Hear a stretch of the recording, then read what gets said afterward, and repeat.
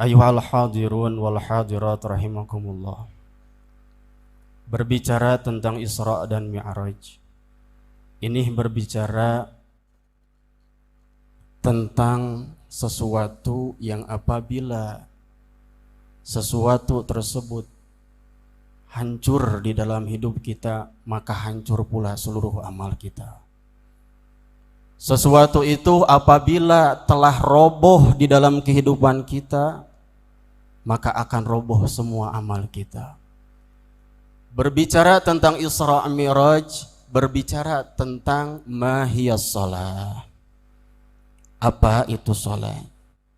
Wa kaifa man fa'alaha, dan bagaimana tentang orang yang melaksanakan salat.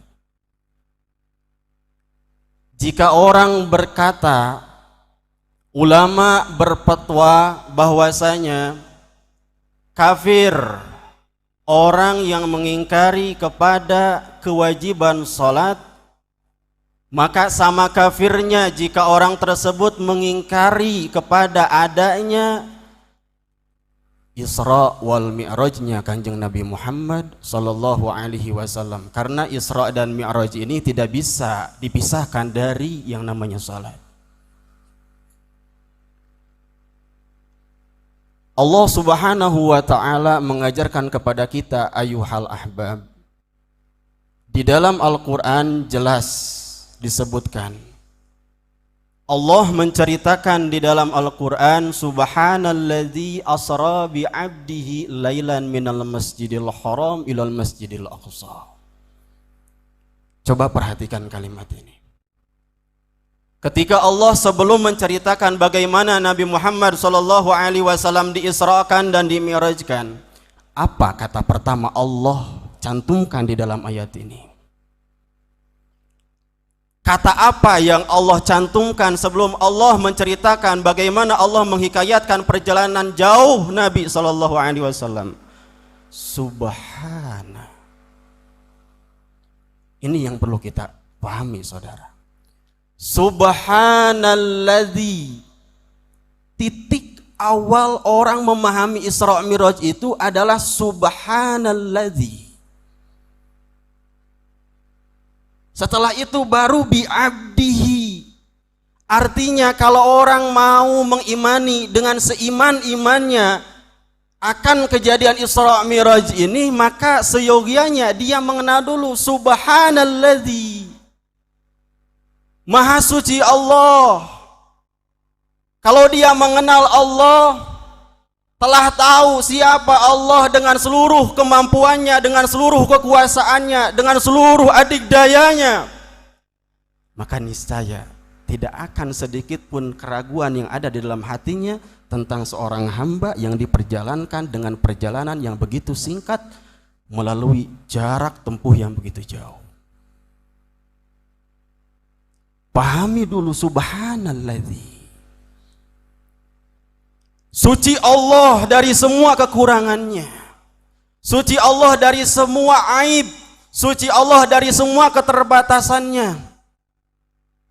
Pahami Tuhannya akan paham kepada hambanya. Hamba yang mana? Hamba yang dimaksud oleh Allah Subhanahu wa ta'ala di dalam kata bi'abdihi.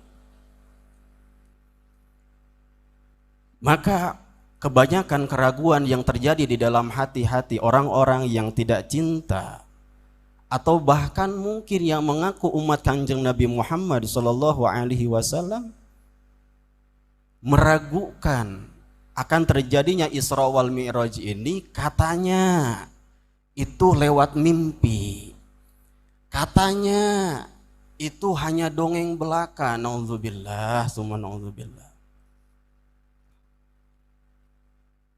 Padahal jika dia betul-betul kaji subhanalladzi, keraguan itu akan hilang. Seperti yang sering digambarkan oleh para ulama, jika kita memandang kepada kemampuannya seekor semut, itu mungkin mustahil untuk menempuh jarak yang begitu jauh dengan jangka waktu yang begitu singkat. Namun ketika Allah berkehendak, semut ini naik ke sebuah mobil, kemudian terbawa ke tempat yang mungkin jauh, yang kalau dengan kaki dia itu mungkin membutuhkan waktu puluhan bulan, mungkin bertahun-tahun. Akan tapi dengan bantuan yang lain, dengan kekuatan yang lain, Allah kuasakan dia sampai ke tempat tersebut dengan jarak, dengan tempo waktu yang sesingkat-singkatnya. Wahakada ya ikhwan. Seyogianya ini yang patut kita pelajari sebelum kita mengenal apa dan bagaimana Nabi diisra'kan dan dimi'rajkan. Sehingga betul di dalam hadis-hadis disebutkan Nabi tidak pernah mengatakan saraitu. Nabi tidak pernah mengatakan saya Isra, saya berjalan, enggak pernah. Di dalam hadis-hadis Nabi disebutkan lailata usriya bi, pada malam aku diisrakan. Karena kalau dinisbatkan perjalanan dari Mekah menuju ke Masjidil Aqsa, memandang kepada settingan basyariahnya Rasulullah Shallallahu Alaihi Wasallam, pasti logika kita akan menyangkal. Pasti logika kita tidak akan menerima tentang kejadian itu. Namun bagaimana Allah Subhanahu Wa Taala dengan fasahahnya, Allah Subhanahu Wa Taala dengan balaghahnya menyebutkan pertama kali yang harusnya orang faham, subhanalladzi, maha suci Allah yang dengan tidak keterbatasannya maha mampu menyampaikan makhluknya